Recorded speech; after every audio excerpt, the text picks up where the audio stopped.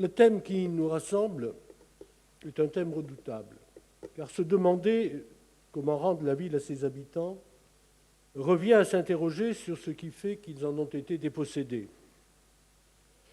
La conférence Habitat 3 nous amène à réfléchir et à participer à cette réflexion sur la place que la ville doit avoir à l'égard de ses habitants ou les habitants dans la ville. La démarche que nous conduisons consiste à interroger ce qu'on pourrait appeler les signaux faibles, qui montrent qu'une évolution est en marche. L'analyse de ces signaux va prendre en compte les démarches concrètes du type de celles qui feront l'objet des communications lors de ce congrès. Comprendre les mouvements qui affectent l'évolution de nos villes renvoie en premier lieu vers ceux qui la font, les habitants.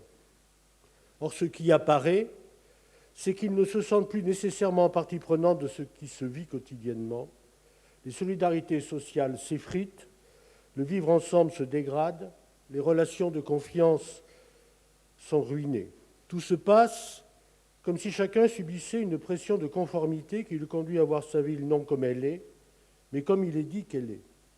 Ce que nous pourrions appeler le discours médiatique s'impose et la réalité s'efface, laissant la place à une solitude méfiante qui met à mal nos approches traditionnelles. L'idéal démocratique sur lequel s'était édifiée notre conception du débat public se lézarde. De nombreuses tentatives sont faites pour retrouver l'inspiration initiale, notamment en faisant appel aux outils numériques dont on pense qu'ils seraient à même de remplacer le dialogue, le tête-à-tête ou le face-à-face.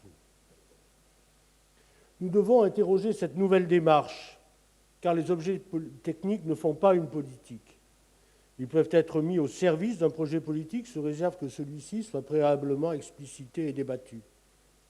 La démarche politique doit prendre en compte les changements qui affectent la vie des hommes.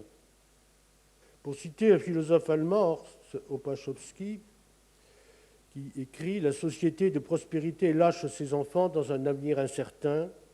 Le camp des perdants ne cesse de s'accroître. La fin de l'état de providence se dessine à l'horizon. La cohésion sociale est menacée si les sacrifices et les efforts demandés ne sont pas supportés par tous. » De ces changements que vit la société, l'objet technique ne dit rien. Il participe presque par son usage et par les usages qu'ils autorisent à cette nouvelle approche de la vie sociale. Si nous n'y prenons garde, nous pouvons nous trouver placés devant un paradoxe redoutable, celui de demander aux outils qui sont en quelque sorte le cheval de Troie du monde créé par le développement économique et social, d'être ceux qui devraient sauvegarder les pratiques politiques sur lesquelles nous avons construit nos villes. Edgar Morin écrit « Le développement a détruit les solidarités traditionnelles sans en créer de nouvelles.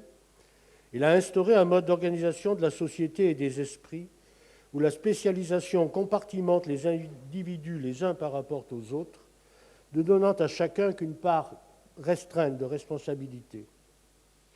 Le défi qui nous est lancé est de savoir surmonter et l'individualisme et la croyance dans les solutions technologiques qui ne seraient finalement que la poursuite de tendances actuelles.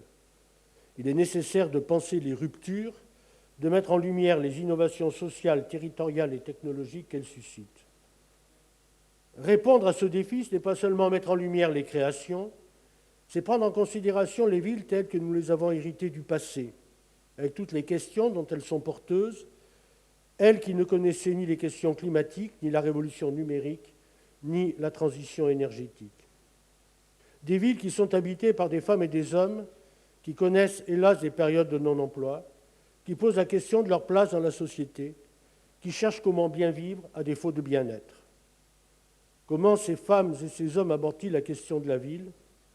Essentiellement par les éléments qui constituent leur vie quotidienne, le logement, l'espace public, l'école, les commerces, le lieu de travail. Redonner la ville à ses habitants conduit à agir sur ces différents éléments. Faut-il continuer à ignorer les évolutions des modes de vie et continuer à produire le même logement pour tous? Est-il nécessaire de sanctuariser les locaux scolaires alors que leur localisation en font les véritables centres de vie de nos quartiers? Convient-il de réaliser des espaces publics voués plus à l'automobile qu'à la vie des femmes et des hommes? Rendre la ville à ses habitants, c'est apporter des réponses concrètes pour que la vie quotidienne de chacun soit possible et que soient respectés les différents âges de la vie. Ce qu'il nous faut analyser, c'est la manière dont nous agissons à ces différents niveaux pour rendre crédible la participation des habitants. Si on prend l'exemple des opérations d'urbanisme, une fois décidé, on a l'habitude de faire une concertation sur le projet.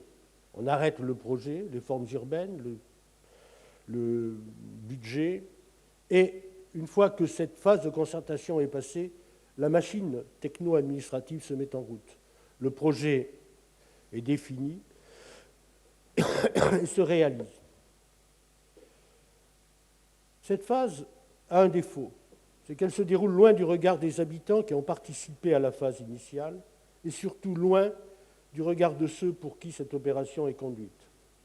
La réalisation fige le quartier à venir et une fois terminé, chacun est prié de venir vivre dans ce cadre qu'il n'aura pas défini.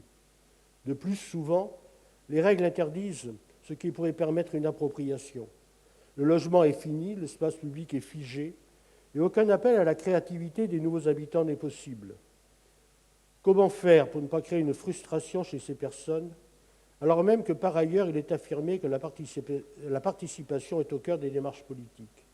Comment faire pour que leur cadre de vie ne soit pas imposé par ceux qui, de l'extérieur, quel que soit leur statut, ont un discours sur ce nouveau quartier? Comment faire pour que soient respectées tout à la fois les contraintes techniques, financières par exemple, et le désir de chacun de faire sien son cadre de vie?